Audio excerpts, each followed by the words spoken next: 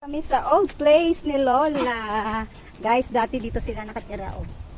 Ayan, dito sila nakatira dati sila Lola. Ngayon, pumunta kami dito kasi nga magsuswimming sila. Kaso, bawal yung dog doon sa loob.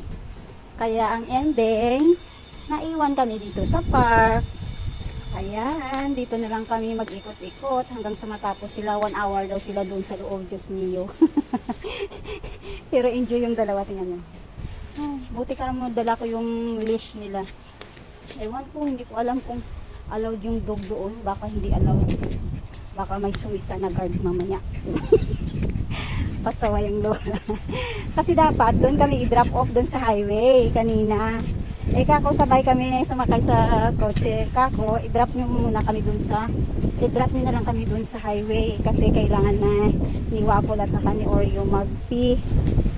But tinanong ko yung dalawang old kung pwede na maglakad-lakad dito sa pupuntahan nila yung aso. Sabi pwede naman daw, pero nagtanong sila dun sa entrance sa guard, sabi hindi pwede.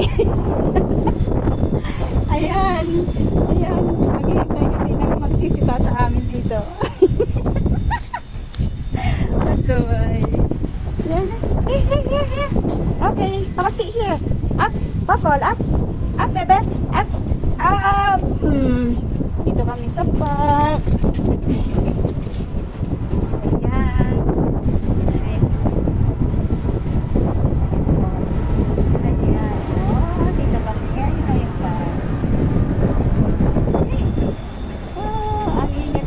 Masarap dito ang lakas ng hangin. Hindi lang malakas ang hangin, mga ano dito. Kaya lang malakas ang hangin. Sarap dito. Oh. Nakapawi ng init. Thank you for watching, guys. Have a good day.